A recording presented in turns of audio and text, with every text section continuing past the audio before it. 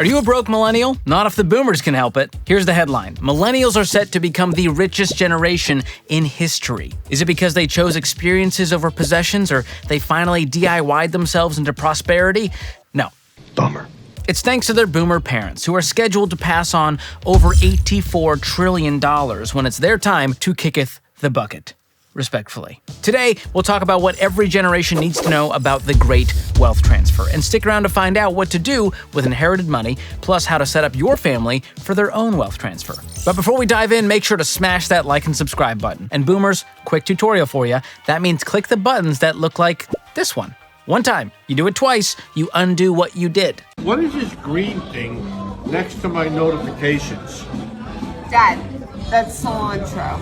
First off, let's talk about how millennials love to throw shade on the boomers for being well off financially. I mean, the only thing millennials roast more than boomers is their single origin coffee beans, with their Baratza grinder, if you know, you know. Conical burr. We love to complain about how hard we have it compared to our parents' generation. I mean, come on, our degrees are less useful than we thought. The cost of living has gone up considerably, and houses were way cheaper back in the day. And by cheaper, I mean that the median home price in the 80s was in the 80,000s. That's insane. And while boomers did in fact have the benefit of buying homes that have gone up 500% in value, that's not the only thing that's been in their favor that led them to accumulate all this wealth. In fact, from the time most boomers would have started investing 40 years ago, the S&P 500, which represents the overall US stock market, has done this little number. That is a recipe for wealth. So I have to admit, boomers had a lot working in their favor, but that's also what's about to work in favor of millennials and make them super rich. And by super rich, I mean that millennials could have the power to reshape markets and industries with how they spend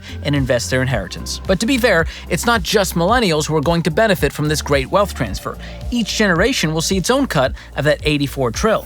Gen X is expected to inherit close to $1 trillion annually up until the mid-2040s, peaking at $1.5 trillion in the mid-40s. So at least all the Jasons, Stephanies, and Kens out there are getting a small piece of the pie, albeit smaller. Pie. All right. The fat people have spoken. On the flip side, millennials are expected to receive a collective $2.5 trillion annually by the year 2045, year of our Lord. And Gen Z, cool your crocs. You're gonna get some too. You guys can expect to inherit a collective $1 trillion annually when we hit 2045, if the Earth's mantle hasn't melted us all into human fondue by then. So in due time, we'll all see some of those boomer bucks. And this is all assuming your parents did a decent job financially. Which begs the question, what should you do with that inherited money should you get it? Well, you need to have a plan in place before the money arrives and make decisions slowly if you're still grieving. It's okay to park that money in a high-yield savings account while you wait. And if you need a good one, I'll tell you in a second. It's Laurel Road. When you're ready to make decisions, start by remembering where this money came from. You want to honor the person that gave this to you. This is not the time to go buy a Cybertruck in honor of Great Aunt Shirley. She's more of a Buick LeSabre kind of gal. Remember, there's only 3 things you can even do with money. Give it, save it, and spend it. And I recommend doing all 3 in that order if you want to live a better life. So you can give some to your church or nonprofits that you're passionate about, and what you do with the rest should reflect where you are in your financial journey. If you're still in debt, use this as your chance to get that junk out of your life. And if you're out of debt, you've got a lot of options. And I recommend making sure you have a fully funded emergency fund of 3 to 6 months of expenses, then maxing out an IRA, saving for your kids' college in a 529 plan or ESA, and then throw as much as you can at that mortgage to get that sucker paid off. In that order. Regardless, anytime you come into a large sum of money, it is wise to assemble a dream team of financial avengers, including an investment pro, an insurance broker, and a tax pro. And if you want to get connected with folks I trust in these areas, I'll drop a link in the show notes to help you out. And while you're making a plan for your money, go ahead and decide what kind of legacy you want to leave. Whether you're in the golden years of retirement or you're just a 38-year-old and in denial that you've statistically reached midlife. You gotta have a will, you gotta plan out your estate. It's one of the kindest things you can do for your loved ones. But still, a lot of people don't do it. Research shows that about 40% of people don't have a specific plan to accomplish that. What's more, a third of people whose parents have passed said they didn't do a good job of discussing how their money would be handled, with over half saying the lack of planning caused financial problems for them down the road. And not to sound like a middle school motivational poster, but if you fail to plan, you plan to fail. And if I really wanted to sound like a middle school motivational poster, I would just say, got milk? And also, moms against drugs. Mad. They're mad. Drunk driving. That's what matters. Moms against drunk driving. Mad. Don't do it. Speaking of planning to fail, if you fail to plan to keep your data safe, you could end up getting scammed. And there's tons of dirty, no-good data broker sites out there looking to cash in on your personal information. And that's why I love Delete Me, a sponsor of today's show. They work to scrub your personal data from these shady sites so you can stay under the radar and keep your private life, well, private. Think of it like hitting the old delete button on the creepers trying to snoop through your most personal info. So let Delete Me do the heavy lifting while you focus on the stuff that really matters. Go to joindeleteme.com/George to get 20% off any of their plans, or just click the link in the description.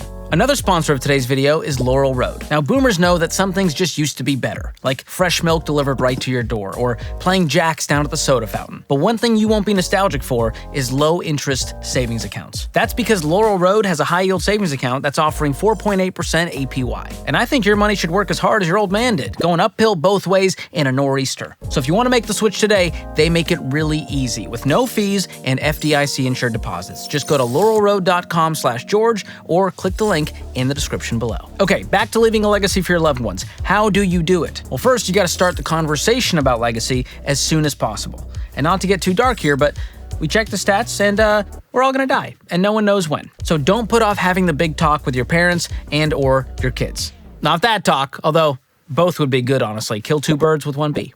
Can you tell me about the birds and the bees? And make it clear that money is a tool that can help your family make generational impact. It's not some windfall of lottery money meant for hedonistic whims like a Ninja Warrior course for the backyard. Although I do kind of want that for my kid.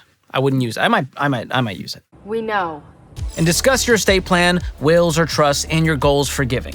Make sure everyone understands the reason behind each of those things and how they reflect your family's values. And it's probably a good idea to loop in a financial advisor who can not only help with legacy planning, but can also help everyone get on the right track financially so that they're prepared for the wealth transfer. And if you're on the receiving end of inheritance and your parent hasn't had this conversation with you, it's okay to approach the topic with them. Maybe don't start with, "Hey Pop, so when you die," don't do that. But you should bring up how you want to see their hard work and legacy honored and ask if there's a plan that you should know about. And I understand fully that legacy goes way beyond money. And I love the way Patrick Bet David put it on his Instagram. He says, "It's easy to transfer generational wealth. What's tough to transfer is generational ambition, generational drive, generational values and principles, generational work ethic, generational gratitude, generational faith, and generational commitment to family. My father didn't leave me a penny, but he left me a ton of generational values worth way more than all the money in the world. Money alone can ruin your children's future." Beautifully said, PBD. I couldn't agree more. Receiving an inheritance should not feel like you won the lottery when you understand what it took to build this wealth and the heavy responsibility of managing it wisely. And listen, if you haven't started planning or you're frustrated because you don't have anything to leave your family, it's not too late to change that. Not too late to get out of debt and build wealth and leave a legacy. Trust me, there's still a lot you can do about it. Just watch this next video and I'll walk you through all the investment mistakes to avoid so you don't croak broke. Thanks for watching. We'll see you next time.